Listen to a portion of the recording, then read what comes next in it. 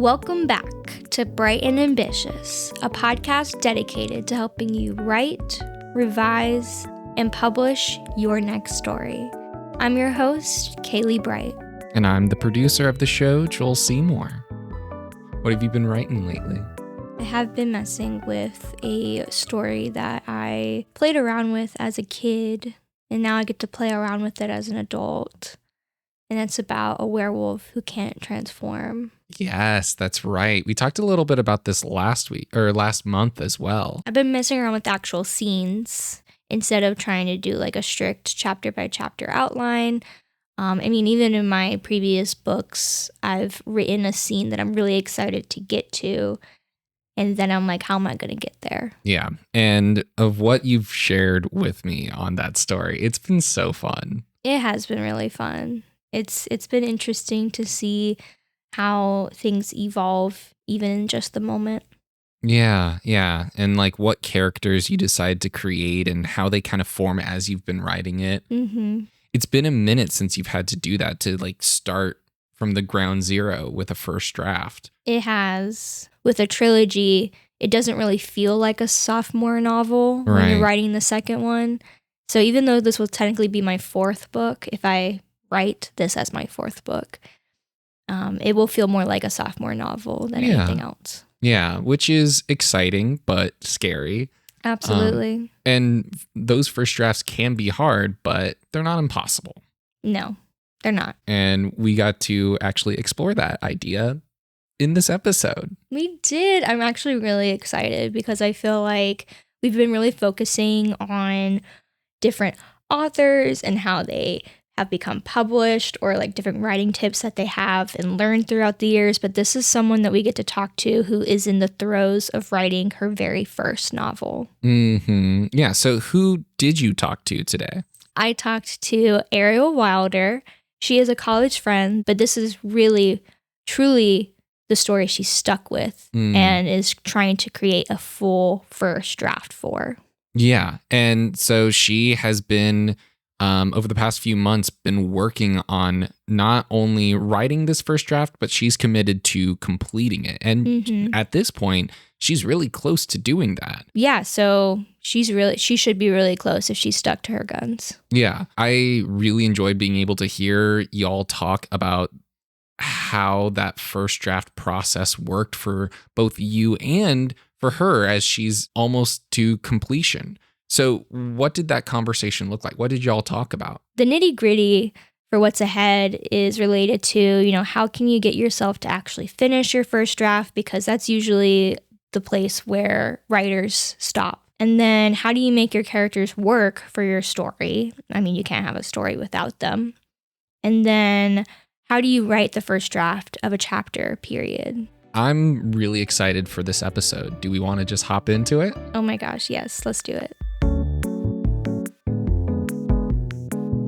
Well, hello, Arielle. How are you? I'm good.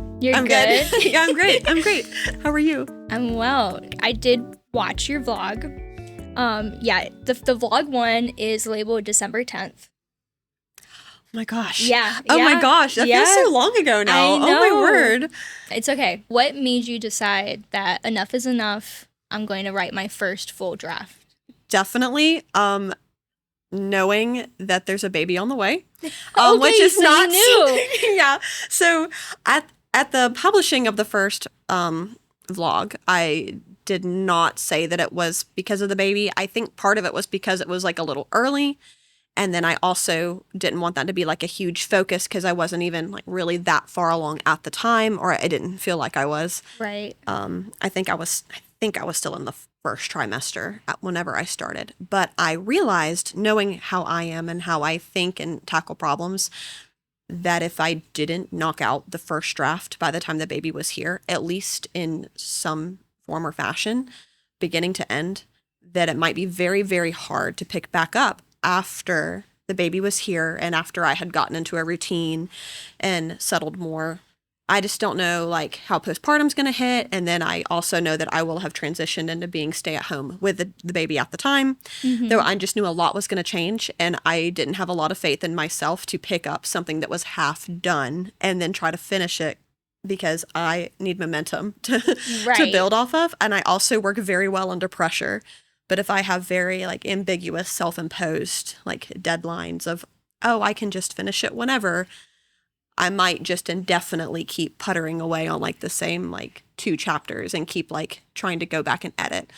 But that kind of timeline has forced me to be like, you know what, this is good enough. We're just going to move forward because this is about figuring out where the story's going and not on just trying to make the prologue as good as it possibly can be. You know, it was like, let's actually move to the middle. So that is where that deadline came in, was like, okay, if I'm really serious about this, and even if I don't publish for another 10 or 20 years, but it's like, if I really want to tell this story, what do I need to do now to like set myself up for more success? I just think it would be much easier to go back and edit. Yes. Something. Even if it's bare bones, it's not even good. Like it's easier to go back and fix that and be like, okay, but what's not good? Instead of like, okay, let's pick up at chapter 7 and here's a weird little dialogue, like one-liner from chapter 13 that I don't even know what's happening, but I know that I want this dialogue to happen there because that's what I was working with before. It's actually been really good for me. I won't lie. Yeah, I mean, understandable. Like, you typically start out with vibes or with some sort of aesthetic. I know Pinterest is a huge inspiration for just dumping the thoughts from your mind onto some sort of board. But that's perfectly understandable. You had your priorities, like you knew, like you had a deadline in terms of like, okay, my life is really going to change. Yes. Around June 1st. Right. Originally you had May 1st, but pushing back, not a problem because it's your first draft. Yes. And you hear time and time again that like the only purpose of a first draft is for it to exist. Like there's really no other reason for it to be. And the reason why I say that is it kind of sounds harsh, but the reason why I fully agree with it is because you can edit once you actually have something on the page. It's a lot harder to write something than it is to see something that's written and know how to make it better. Yes. So I've also been on a mission to try to slay the perfectionist in me. There we go. Kill your perfectionist. Oh my gosh, she needs to die. She does. I mean it. She needs to, because like the only thing that really holds me back is me, and me being like, oh, but it's not as good as I want it to be. And so you get into that like this paralysis where you don't do anything. And so I'm torn between, I really want to do this thing, but it's like, but I don't want to do anything that's not my very best. And it's like, oh, I hate to say it, but you have to be worse before you can get better. You really do. Like, and that's one of my mindsets regarding draft 1. And that's what helps me just push ahead, is like, you know what? This is the worst it's gonna be. Yeah. Like, it can't get any worse. Ground There's zero. no way. Like, we are like, if it's bad and we're rock bottom, great. Like, we're only going up from here. There's no digging. So that's been hopefully. If there is, don't tell me. But no. No. I mean, I don't want to know. If we're going on this metaphor track, then no, you are starting at the bare minimum. We're at Minecraft bedrock. There's no getting beneath that. Like, that's it. Impenetrable. Right. So for all our gaming fans, that will really push through. It's bedrock, not in creative mode, in survival mode. Like, it's an actual firm barrier. Yes. But like, I mean, that's important. Like, you need to have that foundation. And then even when I said like you need to be worse before you get better, I mean, like, you can only do your best with what you know at the time. And you learn as you write and as you read and as you continue to like develop your story or your characters. So yeah, I mean, you're just blooming, truly. Tell me more about the story you're writing. Okay. Actually, this is something I wanted to ask you, and I was thinking about this in the car here. What is the best way to describe a story when you are in no means in the area of publishing? Like, you want to give enough, but you don't want to say too much that like somebody could like take it and then go, you know what I mean? Well, I honestly don't think that fear should be within you. Like, I don't think that you should be afraid that someone is going to take your story from you, if that makes sense. Okay. Like, because I feel like when you talk about your writing to other people, you're trusting those people, typically in the first stages especially. Right.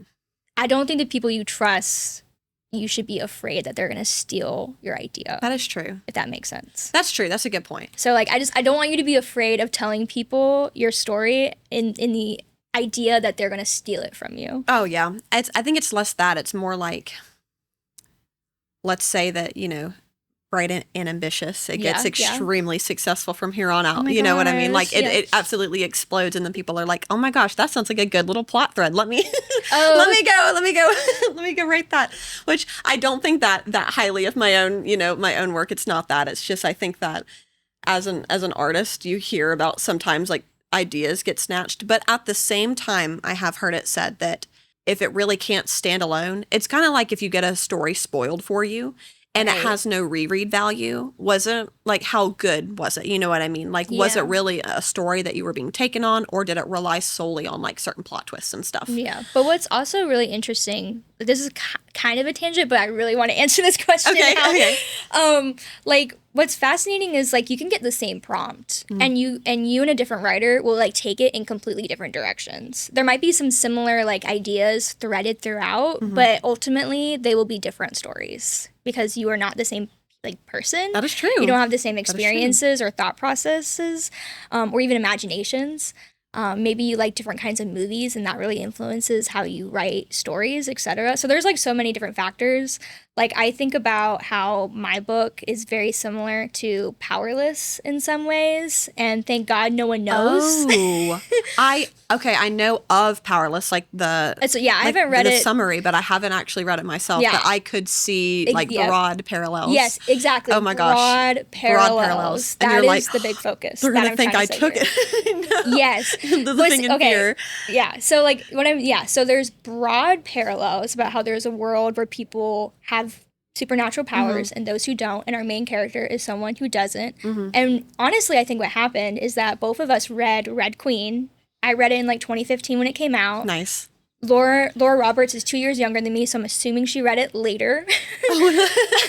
Or maybe at the same time when she was 13. Who knows? Let it be said you read it first. I'm just kidding. Let it be known I published first. Anyway. But essentially what happened is I think we both read Red Queen and similar young adult fantasies where the main character gets supernatural powers.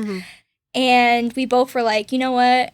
I actually really like the idea of a main character who never does. Like someone who has to like persevere with her disadvantages rather than suddenly becoming a chosen one, because that doesn't happen in real life. Yeah. And so I think that is kind of like what happened. And obviously we put them in completely different directions. Like mine is more magic academia focused. There's a whole like religious themes going on. Yes. I have not read Powerless, but I know that she markets it as like a Hunger Games crossover. Oh, really? Which is completely different than like I was gonna say my story at all. Yes. So like you already know immediately that like these are going to be two different stories, but you can see where the similarities lie with just like the premise. Right. So I would not be afraid to tell people your story, especially in the early phases when you're going to be sharing with people you trust. That is true. Okay. Then I will say, I should have thought about this harder on the way up here. I thought about this a little bit. I'm still in the stages of, because I haven't fully written the first draft, like I'm not quite at the end yet. I'm still kind of like, what's the best way to encapsulate it without getting into like, like spoilery territory that obviously I wouldn't want someone like knowing, the end game. Right. Originally, my story did start as a children's book series. Oh, wow. Years ago, I had started with this character named September Green. It was at a point. Okay, Colleen Hoover. No, don't. No. I know. We gotta cut. No. But there was no. Keep me away from that woman. I'm in full agreement. But she does have. September Green is an interesting naming convention. I'm sorry. Continue. I'm so sorry. I will say that she did have the name September Green because this girl.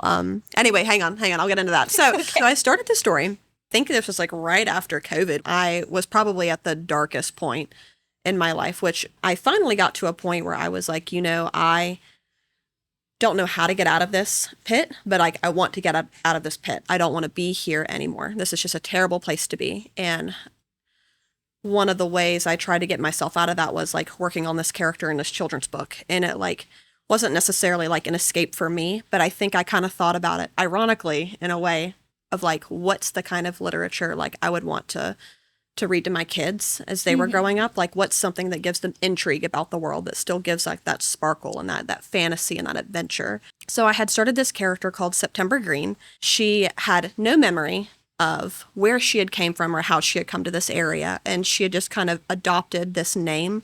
And people knew that the name was bizarre. Okay. And also in this world, green was not a naturally occurring color. Like in the world, like green didn't naturally occur. It was only a sign that you had been messing with magic. And she intrinsically knew this, but she did not know what that had to do with her. She just could not remember before a certain point. And so she was kind of cast off as a result because people were like, magic also did not have a very good connotation. People were like, And so it was just kind of following these misadventures with her and then her cat Cricket and her bird Crow. And so she would just travel with them. And there's a book where Crow goes missing and she goes to go look for him. And that kind of opened up other aspects of the world that I realized I really wanted to delve deeper into. And I think that put me on the path to actually like aging the story up. And the more I started delving into like, okay, these other characters that she was running into as a result of her bird going missing and her trying to figure out like, where did he go? Mm-hmm. Like, she's like, I don't know. But she runs into all these different points and then you leave off and then you never really see that aspect of the world again. And I was like, ooh, I really like, I want to explore return. That. Yeah. And so now we're at, I don't know if I would call it a young adult, but now we're dealing with a more aged up fantasy and we're dealing with a protagonist who is a part of the slave class. Ooh. And the slave class in this world, they are like kept to be a subterranean people. At least the part that she's a part of. And so she's never seen the sun. She's never experienced much color aside from like what she has seen down in these like catacombs and stuff. These whole areas that they refer to as like the roots that run underneath the city. And she essentially gets herself into a situation where she's exiled from even that. And she does not know, like she's been raised that was her whole purpose. That was her whole duty. She's a creature of duty. Like she comes from a class where they don't even have names or just referred to as what their roles are. Okay. There's nothing to really give them an identity to latch onto aside from their duty, their sense of purpose. Whenever she's ostracized from even that, she is just completely without an identity. And after this, she winds up finding this bird. And she loves this bird more than anything in the world. And for, a short period of time, it's just all that matters. It's just her and this bird. And then eventually the bird goes missing. And she doesn't know where the bird went. And so she goes to look for the bird. And so that core element of the original children's story that I have been working on has remained. But now there's a whole second point of view because we start at the low end of society and we start at the high end of society because our other main protagonist, which would be the male main character. Yeah, I was sorry. We love a male main character. Is a prince who, of course he is. Of course he's a prince. He's actually a very cool and calculated personality that kind of puts on this mask of, this flaunting prince. Ooh, but he wears this mask because he is trying to figure out the motivations of his mother, who is the ruling queen, who he is convinced had his brother murdered, his older brother, who he loved more than anything in the world. And so those are like the two spawning events. You have a girl who has nothing to lose and has nothing really to look forward to, but desperately wants to know what happened to her bird. It's like the only brightness she's like ever had in her life. Mm-hmm. And she's just like, what happened to him? And then you have this prince who is like steadily just going down this just rabbit hole of things that he doesn't really understand and inner workings in his own society that he doesn't understand. And he's trying to figure out why are all these people connected and what did they have to do with his brother and what was his brother possibly involved in prior, if anything, to make this happen. Death. That would warrant him being killed. You have a lot of things like stirring. Yes. Everything's just stirring. And so you just have two people who are just trying to find what they want to find, but amidst a world that is actively it's a stirring pot. I am in love with this. It's roiling. Yeah. When you complete your first draft, or the second, whichever one you feel comfortable with, I would love to read it because that sounds amazing. We're hoping it will be. we're hoping. Like, forget what I would like to retract my Colleen Hoover statement. No, because I was teasing, but like the explanation you gave for like such an odd name actually adds to the character. It doesn't sound cheesy anymore. Like you made it important.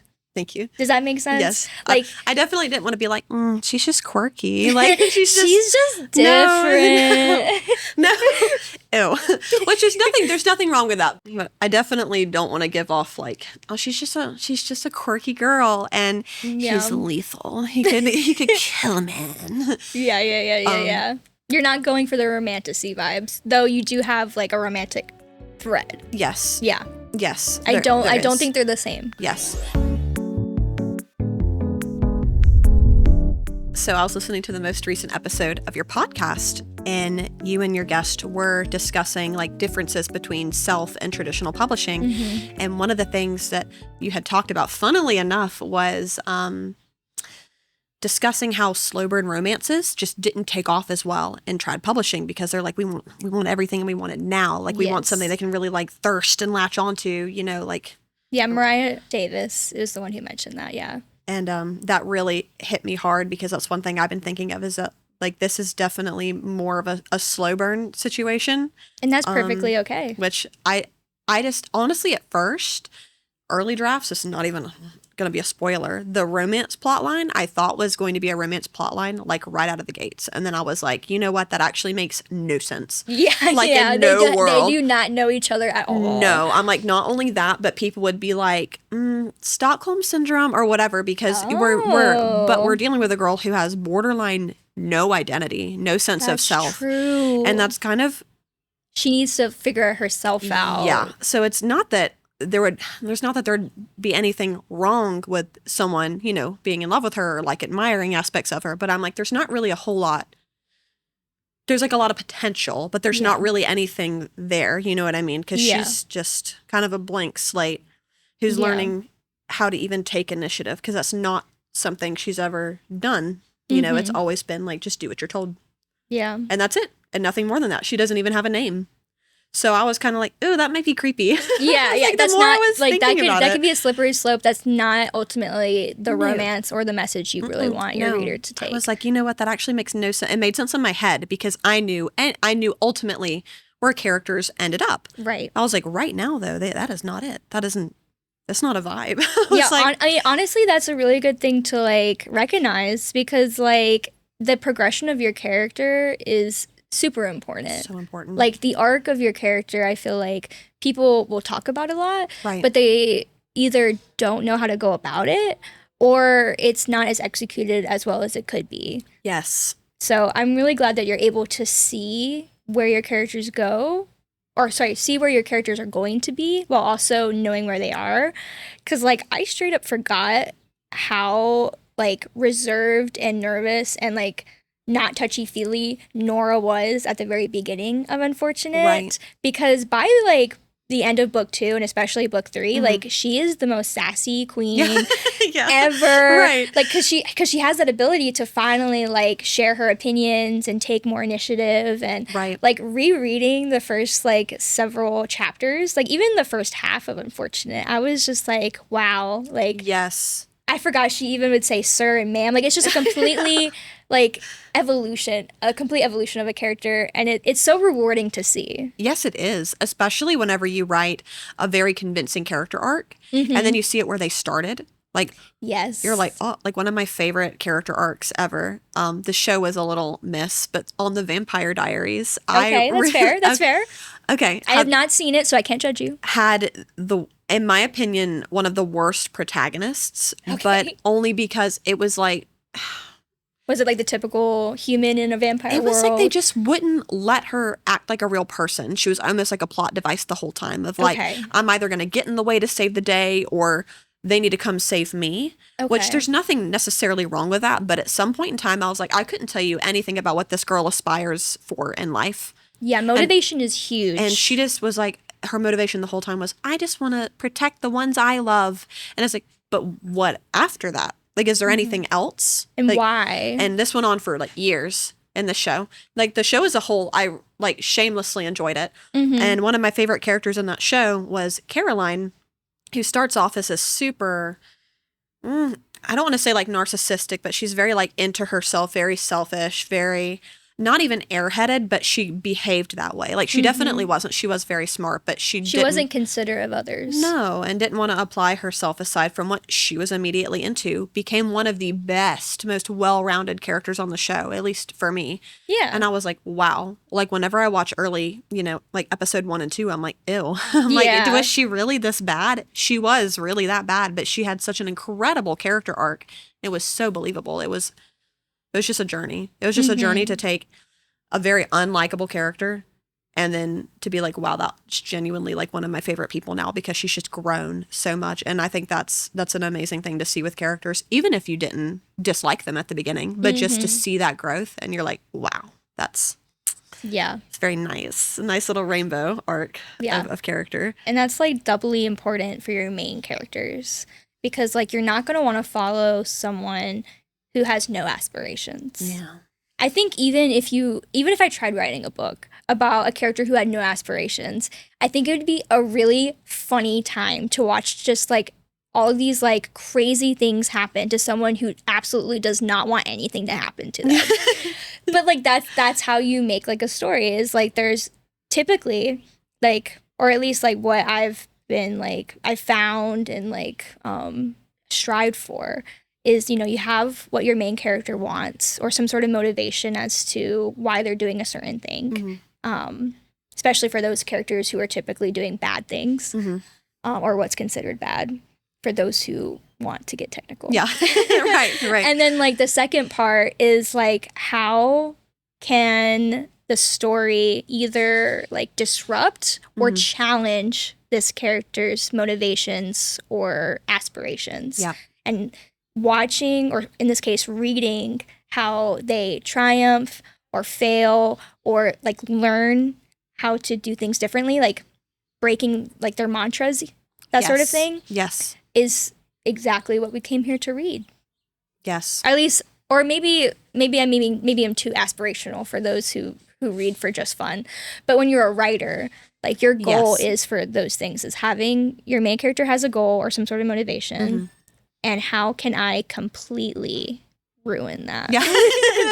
How can I ruin their day? Respectfully.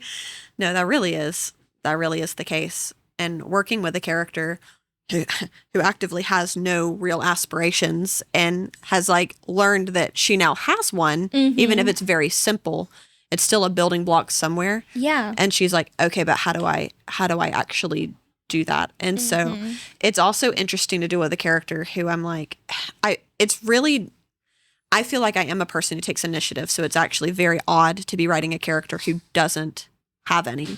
Who doesn't have that background. Because it's like, I don't want her to be like this milquetoast character. Like, I don't want it to be like, oh, we're back to this point of view again. Like, I don't want it to be like that. But there's some tendencies, like, I'm sure she's always going to be more of a reclusive personality. Like, she's never going to be like this exuberant, like bubbly, like I'm going to take them all down. Like she's, you know, not going to be a baddie in that sense. Like she's always going to be more to herself. And she doesn't have to be. Right. Like your intended audience is going to be those who are going to relate to her. Yeah. Are those going to be the people who like feel like they've been in situations where they didn't have any sort of identity or agency in their life, and they're going to want to read a story about someone in that similar situation and how she becomes her own person. Yes. When I originally started writing the story, you know how a lot of people, they'll have like the female-male dynamic, and they'll have like, oh, the sun and the moon. And like, even if it's not yin and yang, you just have like one who is definitely like the shining star, and then you have like that strong spine. And a lot of times, especially if it's YA fantasy, if it's geared towards women, a lot of times you have the female main character being like the shining star, like the real oomph and like the spirit. Yes. And then the male being more like the strong, the silent, the backbone. The brooding. Yes, the lethal. That's what the title of this is going to be, the lethal. He's so lethal. No, but you do, like, even if they're not like, you know, melancholy, broody, they just more of like the... They're more of the dark side. She's more of the light side, typically. I think with this, the more I started really working on the characters, I realized that was a little reversed. I think the male main character, he is absolutely like, he's a lot of the fire and the spirit, and he's starting to see that the whole world seems to be fighting something he can't see. And he's like, I have no idea what's going on, but he's very passionate and a very angry individual, and doesn't have an anchor for any of that, any of that emotions. He doesn't know. He's very determined. He's determined, but he's also directionless, and I think he's just frustrated and he's furious, and he's trying to just like... But that's the thread that could bring them together, is that they're directionless. They're directionless. Sorry. they're angry. They've had things taken from them. Yeah, no, but like that's important. Like you need that connection between two characters, even if they are like opposing forces. Yes. And then I think that she much more is that she has a different kind of strength that she winds up finding, but she is always more of that reclusive, like quiet, just kind of watching, almost in like a creepy way, which I think that's perfectly all right. I think it's going to be a little like running joke, but like she's meant to be not seen and not heard. Yes. And so she's quite literally like almost silent half the time, and not like in an assassin way, but like she just is like really quiet. And my first thought was Inej, like from Six of Crows, like the comedy of her just disappearing whenever she feels like it. Yes, I think that's like they'll like turn around and she's like there, and they're like, oh, like they're like, what are you doing there? Like, what are you doing? She definitely is more of that like the backbone type, I suppose, and that's perfectly fine. More of an anchor. I think. I do think the anger is actually a common bond. I think he recognizes anger in her before she even really knows like what that is. That's gonna be so good. Let us see it. No, but she just is, and rightfully so. There's been a lot of things that have happened that she's like, why? Like this is just awful. And at first, she's not geared to think that it's awful. She's geared to think that even being allowed to live as what she is, because they're also seen as the full subhuman, like they're referred to as something entirely different from human. She doesn't recognize herself as another person, even though she looks no different. Like they're made to be veiled, like they don't have names. It's like a whole thing. But she starts drawing parallels naturally as a human being would, because she is a human being. Starts drawing parallels, and she is just like, this feels wrong. But then she's like, but no, why do I think that? It's not wrong, but like it's morally wrong. But she was like, why do I think that? And so he naturally starts recognizing this thread of anger. And he's like, oh, I know what that is. I recognize this in your eyes. So yes. And so I think that's like a common... Gosh, that's going to be so good. We love just... I already know it's going to be so good, Arielle. Seriously. We're going to try to make it good. Well, as you try with your first draft. Yes. I was going to ask, like, how would you describe what's happening inside your head while you're drafting? Because, like, from the vlog, I was getting the sense that you were kind of thinking on how you were going to write the next chapter as you were writing, rather than well in advance. So I was just wondering, like, what's your thought process in your mind as you're drafting? I think I started to get more that way, like trying to think of at least what my next plot point was. Whenever I started getting into territory where I realized I didn't really know like where I was going, it was a little more uncharted. The end is actually very well worked out. I've had the end written for a while. And then the beginning was like a lot of world building, because I was trying to figure out how to, plug things in, especially with one perspective. Not really a whole lot of anything is going on, at least where we start. So in the beginning, it was really important for me whenever I'm working on a chapter. It was almost like I was exploring as I went to some degree, and I just had to dive in head first, because I had spent so much time just being like, well, I need to world build more. I need to know more about what's going on before I actually write a whole chapter. But I realized I was just stalling, and I wasn't putting anything on paper at all. Like I wasn't even really thinking about how the world interacts with itself. And I was like, okay, I just need to figure out what needs to happen. And then with the characters, as I think I know them now, how do I feel like they would interact with this? And then what is like the next natural consequence? And sometimes I would be like, no, that doesn't make any sense. And I would like kind of take it out and write something different. But that kind of process for me was just my way of pushing through periods where I was like, I really don't know exactly what's happening next. I like to think that I am a planner in the sense of wanting to know what direction I'm moving in. But sometimes in the moment, I just have to write. Like sometimes I don't even have a direction for the chapter. And sometimes like really good, like creative spurts come out of that. And I come up with like characters just on the spot. And I'm like, wow, this is brilliant. Even if it's not, I'm like, it just came out of nowhere. But then other times it's much more helpful to be like, okay, well, I know if in the next chapter this needs to be happening, what naturally needs to happen in this? Like, what's the natural progression of things? Yeah. And that's just my way of pushing through. I know, because I also know later on, if I really don't like the way something's progressing, I just take it out. I can edit, I can revise. But if I don't get to the end of the draft, I'm not going to know, okay, what needs to come out? What didn't really narratively make sense? Yeah. What dialogues pushed absolutely nothing forward, you know? Absolutely. What needs to go. So that was definitely a good little stepping stone tool is, okay, if I kind of have an inkling of what could happen in the next chapter, that would, like, again, back on, like, using a little bit of momentum to push me through parts where I'm just like, I don't even know, but I'm writing anyway. Yeah. That really helped push me through to just push the story just in general. Yeah. Because again, first draft just has to exist. It just has to exist, and I can do anything with it. I can throw the whole thing away and start over if I really want to. Like, if I really want to, I can. If you really wanted to. Yeah, I mean, that is not the goal. No, it's not the goal. No. that is not the goal.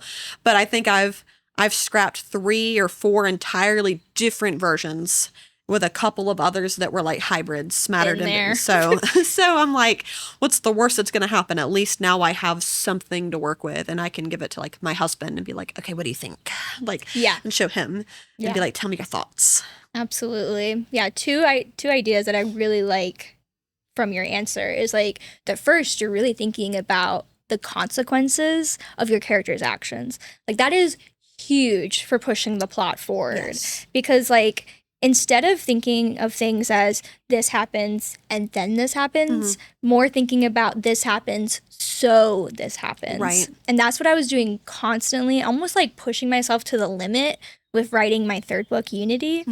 Because after reading Marissa Meyer's Lunar Chronicles, I was just, that's all I could think about, was just, like, how things would get worse in ways I wasn't expecting. And I was like, how are these characters going to get out of the situation that they put themselves in? Yes. Or other characters intentionally put them into. And so that's what I was doing with my third book. And that was super helpful of making my story, like, engaging and pushing my characters to their limits so they can really, like, be confronted with the themes or with other characters that, like, I'm trying to explore, is really just focusing on this happens, so this happens, rather than and. The last thing I want is for a character to feel like they're strung along by the plot, because the plot has to happen regardless. I want to feel like they are either suffering from it or directly causing it, or it's happening on the side and they're impacted by it. Like, I think that's one of my weaker points in writing. And so I try to target that more. Like, I'm trying to be mindful of it. And I know later on, as you practice, it comes more naturally. Like, especially, like, you need to read more in order to write better. Like, you start to subconsciously thread things together without having to, like, manufacture it necessarily. But now at this point, I do have to manufacture it, and that's okay. Because later on, we can make it more seamless and more of a natural progression. But I just try to be mindful of it, so you're not literally just watching, you know, kids get dragged through the mud because they gotta go somewhere. So I don't want that to be the end result. No, absolutely. Yeah, I'm in full agreement. And then, like, the second thing I noticed was, like, your prologue, your chapter 1 and your chapter 2 word count was each one was under 1,000 words in your first vlog. And so I was wondering, like, when you are drafting, how do you know when a chapter is complete? Sometimes it's just vibes, which I hate to say. That's okay. You know, a lot of your first draft is vibes. Sometimes it's just vibes. With the prologue, which we now know what that's called. I think you did have, like, it was really funny. I liked it. I was like, what is it called? And it was so my good. husband even cut out when I finally had the epiphany. He didn't even let me have that saving grace. Do you know how funny that is, though? Of it just going prologue and then immediately cuts to you at work. I'm so mad because I did have the epiphany and he didn't put it in, and I was like, how could you do that to me? I love how you put precursor, not even prelude. Not even. I was like, precursor. I was sitting here like every other word I could possibly think of. That's okay. The way I think, at one point I even called it a produce, and I was like, that's not right. Anyway, I'm gonna just blame the pregnancy. There you go. So that's that's my scapegoat. Okay, for everything. Scapegoating. For the prologue, which was actually It's the way I was second guessing. It is a prologue, right? Yes. No, stop. I need to stop. Okay. With writing the prologue was actually a very last minute add-on. I realized going into the story that we needed something more to crack open at least a part of the world from a different window than these two perspectives. And it's just a general like narrative perspective. Okay. And it starts off with it's a story about the boy and the girl.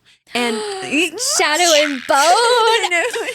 Sorry. Wait, did it do that? Yes, but I'm saying that as a compliment. That makes me excited. Oh, that's so cool. Oh Yeah. my God. That's so cool. I'll send you the prologue if you want to read it. Oh my gosh, yes, please. I sent it to a couple of my friends and they were like, I'm intrigued. Yes. They were like, I'm intrigued. But for the prologue, I knew what I wanted to be told. I knew that there was like there needed to be some kind of like mutual thread to tie in later.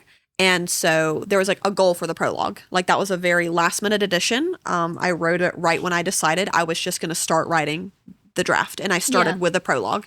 And I think that really restructured how I was viewing the book.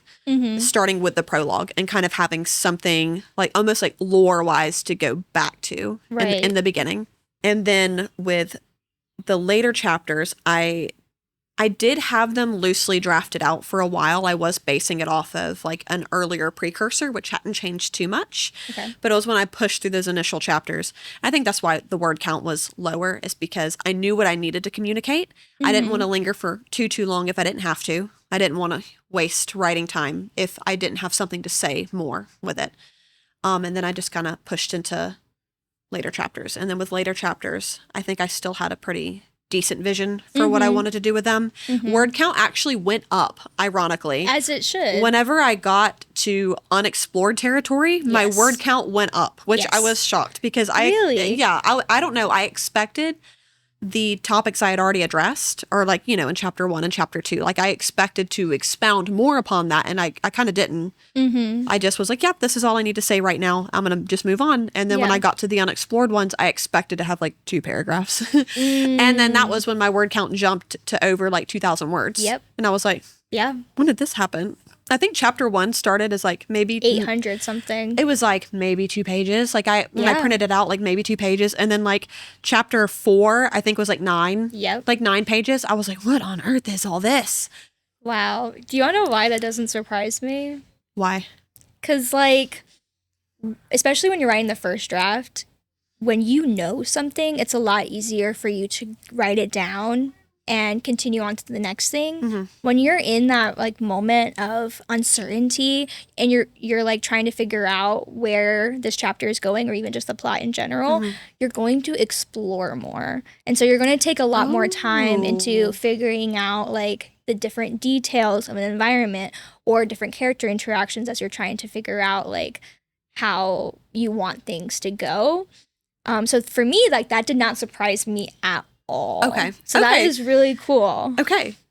It surprised me, but this is my first time really pushing through in a draft instead of getting, I would always piddle away on the same thing. Yeah. But that makes a lot of sense, actually. Yeah. As opposed to familiar territory, he would be like, I already know what I have to say, and you're just going to say it and be done with it. But no, it was in one of those later chapters that I actually developed a character that I never even knew was going to exist. And there you go. Now you have a whole new character to add into the chapter, and that's going to expand it. Michael read that chapter, and he was like, well, this guy's got to come back. He was like the way Iconic. that he was like, he is kind of an icon, actually. I think you'll love that character, actually. I feel like side characters have to be iconic. I think I should just send you that chapter, just that one, so you can read that side character. He is a diva. Okay. Yeah. He's a lot.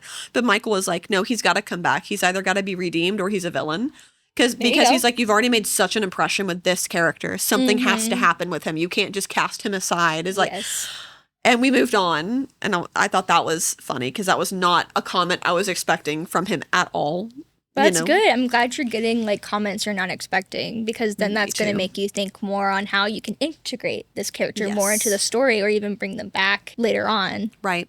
And then it's something else I've also kind of was thinking about with you writing more in places you thought you wouldn't. I think it also has to do with like when you first start writing in general, like, you know your story more than anyone else. And so it's really easy to forget that people aren't going to assume things just because you've thought about them constantly and you just didn't add it into the story because you know it so well. So that could also be a reason. And no worries, like, people are going to tell you and you will add it back. Like, they will let you know when they are confused. That's good. That is good to know. I've had, like I said, there's my husband and then a couple of friends that I had let read the prologue in the first 2 chapters because that I think gives the best kind of idea as to where the story's going without getting into stuff that could change. Yeah. It's probably solidified enough. And they had said, it actually made me really happy. They were telling me about their assumptions and stuff, and they made assumptions I wanted them to make. Ooh, and I was like, that's really good. Yes. That is like, really good. I was like, that's so good for me. No, like that, but like that is like a delicate balance, and that's something that you're gonna like. Unfortunately, it's just one of those things that like you have to work on yourself. Like, it's not something that people can really teach. Like, subtlety is not something people can really teach you. Yeah. It's something that you're just gonna have to like read from other works, like acquire from that, and in practice. So the fact that you were able to be subtle and then people were able to make the assumptions that they were supposed to is really important. And if they don't, especially when it comes to like plot twisty things like foreshadowing, then it's even more rewarding when they don't realize what's happening until we're there. It's definitely a situation where I wanted them to make an assumption that may or may not be true. Yes. But I didn't want it to be so obviously like ham-fisted that it's like, you know, a blinking siren, like this is a fact, because then you're like, is it? Is it a fact though? Like, yeah. So whenever they were like, yeah, like I just thought they didn't even really comment on it. They were like just talking about it like it was true. Yep. And I was like, yes. But that's so good. I was like, this is what I want you to think. Like, and that's amazing. It's literally not even anything serious. It's like a minor shift. And I guess how you're perceiving something that is said. It's just one thing that's said. But it's like later on how that's a turning point in the story is how that one thing that is said, how it's perceived. And you're like, oh, like that's not actually quite what I thought they meant when they said that. And they just like took it and ran. And I was like, oh my gosh. So they just took it like at face value. Good. I was like, that's excellent. I was like, so it was subtle enough, but it was also obvious enough. Like it was apparent and they just took it as fact. And like, I was like, that's great. If like I have no other wins from the first draft, I was like, that's a win. That is an absolute win. That's a win for me. Okay, so this is the fun random questions moment. Let's go. This is what I ask everyone. Okay. So the firstly is, what is your favorite drink to have while you're writing? I am a girly. I like having options. So I sometimes will have like 3 drinks. I'll have as you should. My water, and then I will normally have a hot tea. I like to have a little hot bevy, but normally not coffee because I get like you know, amped up. I'll have a little hot tea, and then sometimes I'll have a juice. Okay. Sometimes I'll have a juice. Like apple juice or like an orange juice or something. Oh, okay. Like an orange juice, like nothing crazy. I've noticed that I'll get really crusty and dehydrated because I'll just sit there forever and not sip anything. Okay. But if I have a collection of things I want to rotate between, I'll be like, ooh, I want to sip a juice, and then I'll feel bad for drinking so much of the juice. I'll be like, well, let me have some water, you know. So I'll drink some water, and then I'll go to my tea because it's hot, you know. So it keeps me hydrated. I love that. Yeah, for me, I have 3 coasters on my desk. Yes. So I typically have my water bottle. I'll have my iced coffee, and then if I'm really special, I'll have like some sort of soda. Yes, because I love. I don't know. I love soda, and I think I'm just done being ashamed of that. There you go. Okay. Second question is, what was the last book you gave 5 stars? The last book and one of the only books I think I've given 5 stars. Yes. It's officially my second favorite book of all time. And it's To Sleep in a Sea of Stars by Christopher. I don't know if it's Paolini or Paolini, but he wrote the Aragon series that I never read. But I know that he wrote them, but I never read those books. But I read this one because it was science fiction and I love science fiction. And I was so I'm ashamed that I had to start rereading it like 5 times because I would read a chapter in and then I literally every time it turns out I stopped 2 pages before the inciting incident. Oh, And so I kept hate when that I kept like happens. falling off of it. And then I was like, no, I really want to read this book. And I pick it back up. Long story short, when I actually got to the inciting incident, I was like, oh, snap. And it was such an excellent book. This is the first story I think I've ever read where I was like, somehow this man had made a science fiction universe that actually handled that question. What is the purpose in a universe where everything is just random? Like, is there actually a point to it? And it was characters being like, you know what? I know that this might be meaningless, but this is important to me. Like here and now for me as an individual, this is important. And it was such a good book. And it was standalone as well. It was a thick book.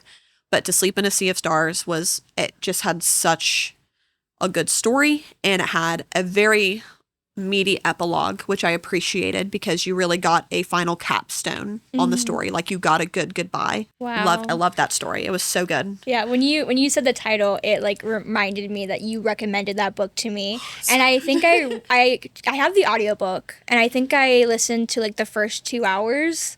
And so when you said that, I was like, oh my gosh, I need to go back and finish it. Because I too was like, I'm gonna stop. And then I never came back. No, and I did it like 5 times. I really did because I was like, I'm just having a hard time getting into it. Still, I could take the time.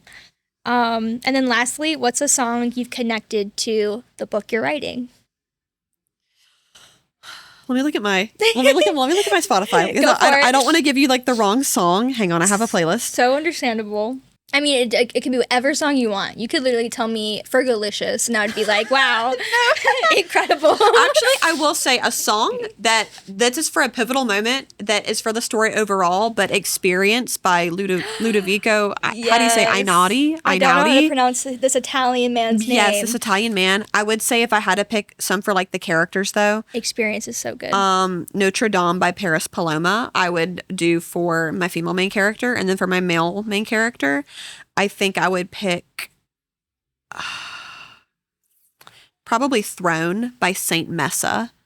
Okay. Yeah, that's what I would pick. I absolutely would love to have like in the back of the book, like my Spotify playlist for this book. I would love to have it. I do know like an author who does that. But I mean, she has like 30 books. So like no pressure. I know Veronica Roth did with Divergent or Insurgent. I think I got the collector's edition of Insurgent and it had her playlist in the back. And I was like, that's what's up. I've been obsessed ever since. So understandable. Thank you so much for chatting with me today. Like, this has been incredible. Thank you for having me. I've had so much fun. Yeah, of course. This has been a very lovely day. And I'm excited to see how your first draft goes and hopefully read it at some point. Yes.